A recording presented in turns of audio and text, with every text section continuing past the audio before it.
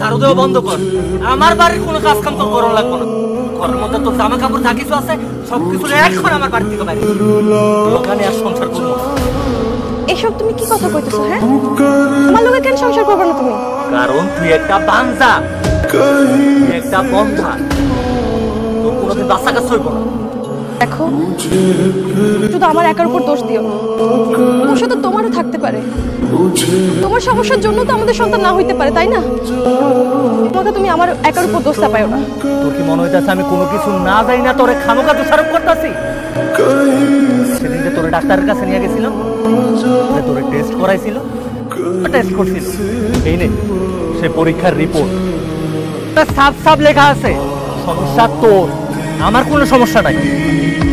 তোর সমস্যার কারণে আমার কোনো বাচ্চাটা বিয়া করা অসম্ভব। আমি আমার স্বামীর বাড়ি ছাইরা কোথাও যাব না।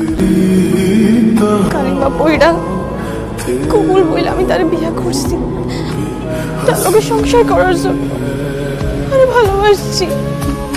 মৃত্যুর আগ পর্যন্ত এই বাড়ি ছাইরা আমি কোথাও যাব না। আমি তোমার পায়ে পড়ি, আমি তোমার পায়ে পড়ি, তুমি আমার বাড়ি থেকে বাইর করে দিও না। দেখো, আমার মন বলতেছে আমার কিছু হয় নাই। ওই সবাই ডাক্তারের কাছে নিয়ে চলো, সব ঠিক হয়ে গেছে, আমাকে সন্তান হইব। ডাক্তারের কাছে নিয়ে গিয়া তোর পিছনে টাকা নষ্ট করার কোনো ইচ্ছা আমার নাই।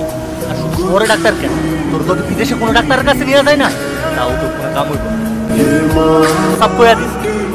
জীবনেও মা হইতে পারবি না। তোর ভালো ভালো তুই এখন আমার বাড়ি থেকে বাইরে, তুই যদি বাইরে না যাস তোর আমি গলা ধাক্কা দিয়ে বাইর করে দিই। আমি কোথাও যাবো না। আমি বাড়ি ছেড়ে তোমার সংসার ছেড়ে